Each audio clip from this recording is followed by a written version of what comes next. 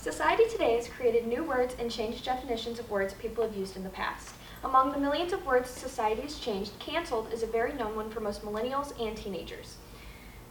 Canceled is now known as a word people use when they stop supporting a business or a person. They are typically canceled due to a past issue or statement or tweet that came up from social media from a year ago, a month ago, prior to it. An influencer is the first target when it comes to being canceled because they are the easiest target. Cancel culture, specifically for the canceled, is negative because it often leads to mental illness, social isolation, and can make you feel ostracized. The term canceled originates from sexist humor. Cancel culture became a well-known topic in 2014 when a reality show called Loved in Hip Hop New York aired record producer Cisco Rosado ending an argument with his girlfriend by saying, "You're canceled," says Very Well Mind. A survey was conducted in 2020 by Pew Research Center surrounding specifically cancel culture. The survey showed that 38% say that calling someone out punishes those who don't deserve it, while 58% say that it holds people accountable for their actions. An example of someone who has been in the middle of cancel culture is Chrissy Teigen. The Wrap says that back last year, thousands of people resurfaced tweets of her that were her saying things that were very bad. The comment she was receiving made her step away from her cleaning supplies company and also led Netflix to replace her in the second season of Never Have I Ever. On Our Moon says that some of the top reasons for canceling is to serve as a teaching moment, to get the person to understand the severity of their statements, to expose racism, sexism, to get people to think before they speak on something, and to hold somebody accountable for what they say or post on social media. You tend to see a lot of terrible things come from someone just being canceled, but to wrap it up, it's the experience. The impact of what happened depends on what part you take in it. The canceled, the canceller, or the bystander. Cancel culture can quickly turn into cyberbullying. When being bullied, it can turn into much more: depression, high anxiety, and may even have you think of suicide.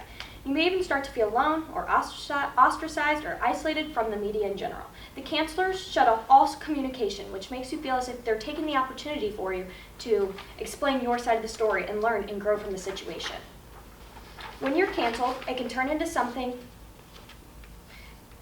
when you are canceled, it can get turned into something that makes you feel as if everyone is giving up on you and making you feel like you don't have the chance to explain further of what you meant to say. As the canceller, you have the right to decide what you let affect you and what satisfies you. Canceling the influencer will not always cause them to change what they believe in or how they felt about something. For the canceller, it just won't always work in their favor. An example of that is CNN using a topic on Kanye West, also known as Yeet. But the cancelers tried to swear off his music and criticize his viewpoints, but while this was all happening, his views were skyrocketing and so were his numbers on listening songs. For the bystanders, it can really just wreck their views and mental health as a whole. This can cause them to fear being caught as someone who can do something and something coming up from their past. It can also make them fear that they don't want people to turn on them from their views on what they meant. Everything they say or do will be overanalyzed and make them look bad. Bystanders decide to remain silent on what they believe in. This can cause them to be buried in guilt long after it's over because they just didn't stand up for the person. While there are so many negatives, there certainly are some positives. Cancel culture can also figure out wrongdoings and address differences. A united community can be empowering.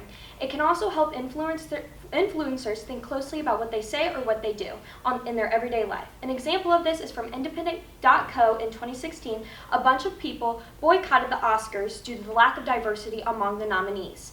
This made a huge impact on social change, and in 2019, the Oscars created a record for the most diverse directors nominated. You can never control how people behave, but you can always control how you react to their behavior. Very Well Mind gives these tips on how to protect your mental health. You can avoid posting when you're angry. If someone says or does something that upsets you, instead of posting about it, take a few deep breaths and take a break. You may not remember what you post, but it doesn't leave the internet. Have others review your post first. It can also be difficult to see how you say things from another person's point of view. So having someone look over it can minimize the amount of backlash you may receive. Simply just apologize. Have a thought-out response and make sure you're sincere about it. Try to see it from their shoes. Instead of standing your ground and being defensive, reflect. Just reflect on it. Spend less time online. When you're getting backlash, take a step back, go offline, read a book, so that people can take a minute, reflect, and you can do the same.